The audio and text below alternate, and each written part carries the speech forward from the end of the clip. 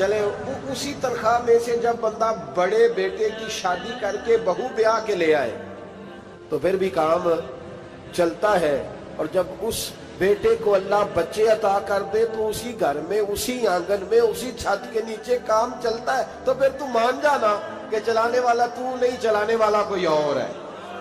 پھر تو مان جا کے چلانے والا کوئی تو اس وقت جب تنخواہ تیری لگی تھی تو کہتا تھا ابا ابھی میری شادی نہ کر، میں بیوی کو کیسے کھلاؤں گا؟ تو وہی شخص ہے جس کی چھت کے نیچے پھر 1.5 درجن پوتے بھی پل رہے اور گزارا ان کا بھی ہو رہا ہے۔ تو رزق کا ذمہ کس کا ہے؟ اللہ کا ذمہ۔ اب ہمیں پتہ ہے پہلی بات تو پریشانی اس لیے اتار دینی چاہیے کہ ذمہ ہمارا ہے ہی نہیں۔ اب دوسری بات یہ کہ ذمہ داری کس کی ہے؟ اللہ حکیم بھی ہے اور علیم بھی ہے، حکیم بھی ہے اور جانتا بھی ہے اور اسے پتا بھی ہے کہ دینا کس طرح ہے۔ اب ہم پتہ کیا کہتے ہیں وہ جو بندہ پجاروں میں بیٹھا ہے وہاں اسے نہیں بیٹھنا چاہیے تھا، اور میرا حق تھا۔ تجھے زیادہ پتا ہے کہ اللہ کو؟ بول کے بتانا کس کو پتہ زیادہ ہے؟ کیوں جی؟ تو آپ اصل ٹینشن پتہ کب لگتی ہے؟ جب بندے کہتے ہیں نہیں وہ پجاروں میری تھی، میرا حق تھا۔ وہ جب گزرتی ہے نا پاس سے مہران کے تو مہران والا ٹینشن بڑی لیتا ہے، حالانکہ اللہ کو زیادہ پتا ہے کہ وہ حق۔ ایک بات اپنے ذہن میں یاد رکھ لیں، رٹ لیں کہ جو میرے لیے بہتر تھا میرے رب نے مجھے دے دیا، اور بات ختم ہو گئی۔ بس وصل اچھا ہے نہ فراق اچھا ہے، یار جس حال میں رکھے وہی حال اچھا ہے۔ بس جو میرے حق میں بہتر تھا میرے رب نے مجھے، مسئلہ یہ ہے کہ تو اس پہ راضی ہونے کو تیار نہیں۔ حضرت علی کرم اللہ تعالیٰ وجہ الکریم نے میرے نبی پاک کی ایک حدیث بیان کی ہے، اور جناب علی جب یہ حدیث بیان کیا کرتے تھے تو حضرت مجاہد فرماتے ہیں یوں لگتا تھا کہ جیسے حضرت علی ہمیں ہر پریشانی سے نکال رہے ہیں۔ مولا علی شیر خدا رضی اللہ تعالیٰ عنہ فرماتے ہیں کہ مجھے میرے نبی پاک صلی اللہ علیہ وسلم نے ایک طریقہ دیا تھا ٹینشن فری ہونے کا۔ آپ فرماتے ہیں مجھے تو بڑا راس آیا ہے، تم بھی اگر کر لو گے تو تمہیں بھی فائدہ دے گا۔ کہا وہ کیا؟ حضرت علی کہنے لگے محبوب علیہ السلام نے فرمایا تھا لوگوں تم اللہ کے دیے ہوئے تھوڑے رزق پہ راضی ہو جاؤ، وہ تمہاری تھوڑی عبادت سے تم سے راضی ہو جایا کرو۔ بس تم 2 نفل بھی پڑھو گے تو اللہ راضی ہو جائے گا، تم 1 رکوع بھی سویرے اٹھ کے پڑھو گے تو وہ راضی ہو جائے گا، وہ تمہارے 313 درود شریف سے راضی ہو جائے گا، تم اس کے دیے ہوئے تھوڑے رزق سے راضی ہو جاؤ۔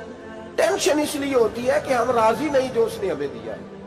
وہ حل میں مزید کی جو دوڑ ہے نا، حل میں مزید کی، بے قدرہ کچھ قدر نہ جاتی، کیتی خوب تسلی ہو، دنیا دار پجاری زردے، کتیاں دے گل ٹلی ہو، بک بک روشن اکھیاں تکیو ویک حویلی کلی ہو، تے کوچ نصیر اساں جد کیتی پہ جانی تھر تھلی ہو۔ تو یاد رکھیں یہ جو ہے نا مصیبت کے مال آ کیوں نہیں رہا، وہ سامنے والا پلاٹ میرے گھر کے سامنے ہے گھر کے سامنے، پر رجسٹری میرے نام کیوں نہیں؟ یہ مصیبت سانس نہیں لینے دیتی۔ موٹر سائیکل کھڑی کرتا ہے نا جب آ کے دکان سے روٹی کھانے آتا ہے، دفتر سے گھر آتا ہے، کاروبار سے آتا ہے، تو جہاں موٹر سائیکل کھڑی کرتا ہے وہ ٹینشن بڑی ہے کہ کبھی میری ہو جائے نا یہ والی جگہ، تو میں یہاں بھی بورڈ لگاؤں اپنے نام۔ اس نے مالی پریشانی پیدا کی۔ تو جس حال میں ہے، کیونکہ تو نے اپنا یہ حال خود نہیں بنایا، جس نے بنایا ہے وہ بڑا بہتر جانتا تھا کہ تو اسی حال میں اسے اچھا لگتا ہے۔ تو اسے اسی حال میں، ایک بزرگ تھے تو ان کی طبیعت بڑی علیل ہو گئی، بیمار ہو گئے، تو اللہ نے آزمائش دی تو کیڑے پڑ گئے وجود میں۔ ایک کیڑا یہاں سے کھا رہا تھا، اللہ والے بڑے راضی رہتے ہیں اس کی رضا پہ، تو کیڑا یہاں کھا رہا تھا تو نیچے گر گیا، تو بابا جی نے اٹھا کے پھر وہاں رکھ لیا، کہنے لگے جب اس نے تیری ڈیوٹی مجھے کھانے کی لگائی ہے تو میں اس بات پہ راضی ہوں، تو نیچے کیوں گرتا ہے؟ بس ٹھیک ہے کھا، جب اس نے تجھے ڈیوٹی جو تیری لگائی۔ سالبہ بن عبد الرحمن ایک صحابی تھے، سالبہ غالباً، نبی پاک صلی اللہ علیہ وسلم کی خدمت میں آئے، کہنے لگے یا رسول اللہ صلی اللہ علیہ وسلم غربت بڑی ہے، میرے لیے دعا کریں اللہ زیادہ مال دے۔ تو محبوب صلی اللہ علیہ وسلم نے فرمایا تو جس حال میں اچھا ہے وہ تیرے لیے بہتر ہے، اس میں تو ہے وہی حال تیرے لیے۔ مشکل ہے نا یہ جواب سننا۔ کہتے پیر صاحب فلان جگہ سے تویز آیا، وہاں تو وارے نے آرے ہو گئے، تو آپ کے ہاں، تو میں کہتا ہوں یہ تویز دینے والا اگر تویز دے کے امیر بناتا ہے تو پہلے خود کیوں نہیں بنتا؟ یہ خود تو 150 کا تویز بیچ رہا ہے، اپنی بیچارے کی حالت یہ ہے۔ اگر اتنا ہی تویز اس کا چلتا ہوتا تو پہلے 5 جو پجاروں اس کے دروازے پہ کھڑی ہو۔ عجیب چکر ہے اور عجیب جگہ لوگ الجھ گئے، سمجھتے ہی نہیں بات کو۔ یا رسول اللہ صلی اللہ علیہ وسلم دعا کر دے تو محبوب نے کیا فرمایا؟ فرمایا تو جس حال میں ہے نا وہ حال تیرے لیے بہتر ہے، اسی میں رہ۔ کہ نہیں حضور دعا کرے۔ فرمایا سال بعد تو باز آ جا۔ حضور دعا کرے۔ فرمایا تو باز آ جا۔ 2-3 دفعہ کا ضد کی، محبوب نے فرمایا جا پھر اللہ تجھے زیادہ پیسے دے گا۔ چند بکریاں خریدی، اتنی برکت ہوئی کہ بکریوں کے ریوڑ بن گئے۔ پھر کچھ بکریاں بیچ کے گائے خرید لی، ان کے بھی ریوڑ ہو گئے۔ پھر کچھ اونٹ اونٹنیاں لے لی، ریوڑ ہی ریوڑ۔ پہلے 5 وقت مسجد میں آتے تھے، اب فجر اور عشاء رہ گئی۔ پھر مال زیادہ ہوا تو مدینے شہر میں کوئی جگہ ہی نہیں، مدینے سے باہر حویلی خریدی، پھر جمعہ ہی رہ گیا۔ جمعے کے جمعے آتے، زکوٰۃ کا حکم آیا۔ میرے نبی کریم علیہ السلام نے حضرت ابو ہریرہ کو بھیجا، فرمایا جا اسے کہہ تیری زکوٰۃ بنتی ہے 2.5%۔ 10 کروڑ روپیہ ہو تو کتنی زکوٰۃ بنتی؟ بھئی 1 کروڑ کی 2.5 لاکھ ہوئی نا، تو 10 کروڑ کی کتنی ہوئی؟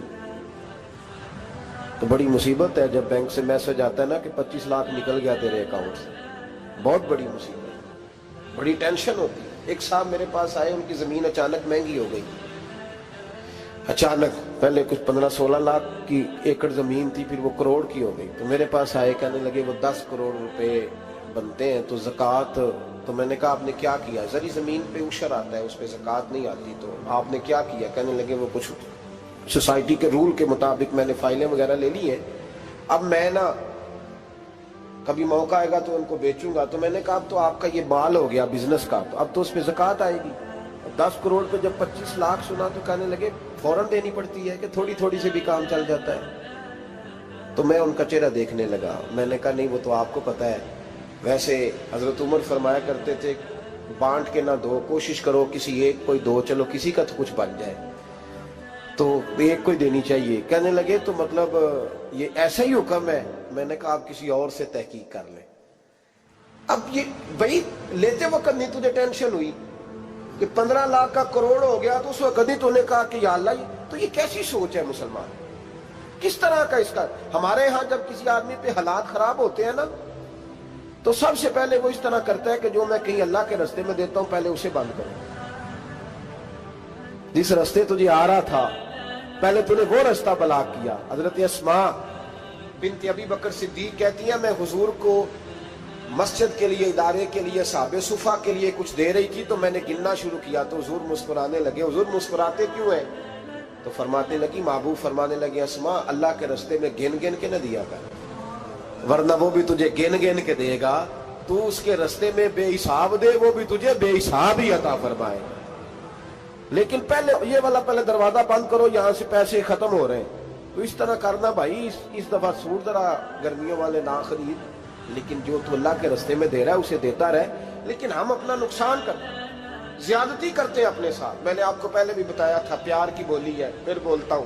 ایک بڑے بڑے پیار والے دوست ہیں، ایک دفعہ مجھے کہنے لگے کہ آپ کئی دفعہ اعلان کرتے ہیں تو مجھے اچھا نہیں لگتا، اور آپ ادارہ بھی بہت زیادہ بننے والا ہے، بڑی چیزیں میں دیکھتا ہوں جو ہوں تو بڑا نظام اچھا ہو جائے، آپ دعا کریں اللہ مجھے پیسے دے تو میں بڑے سارے خرچ کروں گا اس کے رستے میں۔ تو میں نے کہا یا اللہ اسے 10 کروڑ دے، یہ 9.5 کروڑ تیرے رستے میں دے دے گا۔ تو چپ کر گیا، جس طرح آپ نہیں کر گئے سارے، چپ کر گیا وہ بھی۔ اس نے کہا جی نہیں جی انشاءاللہ کریں گے۔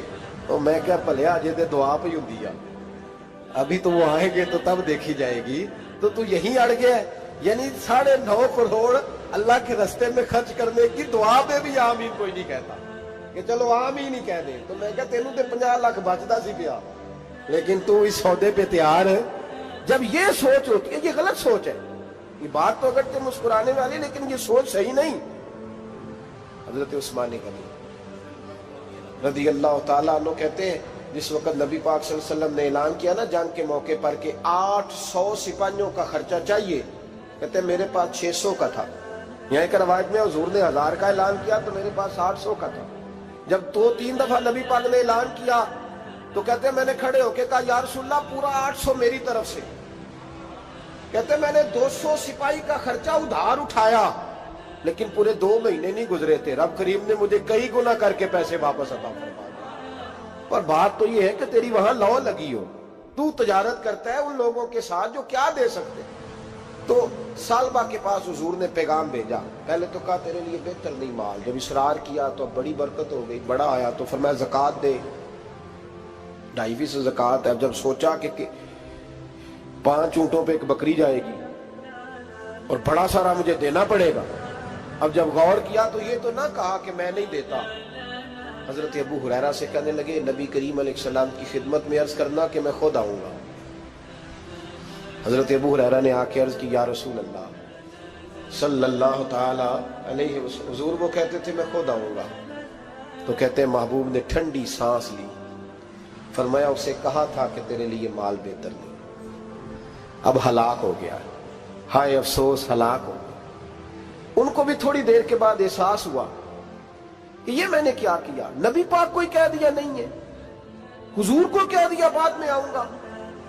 اب دوڑے آئے، عرض کی حضور میں سارا کچھ لے کے آیا ہوں، قبول کر لیں۔ محبوب نے فرمایا گویا بلال حبشی کی خشک کھجور بھی قبول ہے، اور صہیب رومی ایک اٹی باندھ کی لائے تو وہ بھی قبول ہے، اور عمار بن یاسر اور مصعب بن عمیر اگر 2 دینار دے جائیں اور کوئی پرانا جوڑا کسی سپاہی کے لیے چھوڑ جائے تو وہ بھی قبول ہے، لیکن تو اپنا لاکھوں لے کے چلا جا، تیرا کوئی نہیں قبول، معاف کر دے۔ فرمایا جا معاف کیا، پر پیسے لے کے نہ آنا۔ اگلے سال پھر آئے، بندے ہوئے ہاتھ ہیں، محبوبہ میں دولت کا کیا کروں گا، آگ لگانی ہے، قبول کر لیں۔ فرمایا تو لے جا، تیرا نہیں قبول، گرا جو ان کی نگاہ سے وہ سنبھل نہیں سکتا۔ حضور نے وصال ظاہری کیا تو جناب صدیق اکبر کے پاس آئے، لاکھوں کا مال، ابو بکر قبول کر لو، تو جناب صدیق اکبر کہنے لگے اس کا کر لو جس کا نبی نے نہیں کیا، چل جا کوئی نہیں چاہیے۔ حضرت عمر کے زمانے میں قحط پڑ گیا، بارشیں نہیں ہوتی، غلہ نہیں ملتا، حالات خراب ہے، مالی طور پہ بحران آ گیا، غربتیں، مجبوریاں، تکلیفیں، آ کے روئے، عمر میرا قبول کر لو، مجھے معافی تو مل گئی تھی نا۔ فرمایا معافی اپنی جگہ پہ، پر جس کا مصطفیٰ نے قبول نہیں کیا۔ بہت سارے لوگوں کو پتہ ہی نہیں کہ ان کا قبول ہی نہیں ہوا، اور وہ الجھے ہوئے ہیں، انہیں خبر ہی نہیں کہ اصل بات کیا ہے۔ فرمایا جس کا مصطفیٰ کریم نے قبول نہیں کیا، اب ہیرے اور جواہرات بھی لے کے آئے تو بھوکے مریں گے، پر اس کا قبول، اس بات پہ راضی رہو، اس حال میں اللہ نے رکھا ہوا، اس حال میں راضی رہو۔ یہ جو مصیبت ہے نا دیکھنی کہ وہ بھی میرے پاس، تمہیں کیا پتا، کبھی پوچھ تو صحیح اس سے وہ کس مصیبت کا شکار ہے، جو مالی طور پہ بڑا امیر ہے، تو اس کی طرف دیکھ کے اپنا دل برا کرتا ہے۔ بس جس حال میں رب نے رکھا ہے اس حال میں رہ۔ حضرت عثمان غنی کے زمانے میں تو وہ وصال کر گئے، لیکن بھائی تو جس حال میں تیرا رب تجھے رکھتا ہے اس حال میں رہ، تیری مالی پریشانیاں ختم ہو جائیں۔ میں نے پہلے بھی شاید آپ کو ایک دفعہ کہا تھا، میں تعلیم سے فارغ ہوا تو میرے ایک استاد اور میرے کچھ دوست کہنے لگے افریقہ آ جائیں آپ، بھائی بہت بڑا ادارہ ہے، اس کو چلائیں، اس کو سنبھالیں۔ میری والدہ سے میں نے کہا، اس طبیعت ہوتی ہے نا انسان کی، میرا بھی دل لگ گیا۔ میری اماں پڑھی نہیں تھی لیکن اللہ نے دانائی بڑی عطا فرمائی تھی، حکمت بڑی تھی، سیانی بڑی تھی۔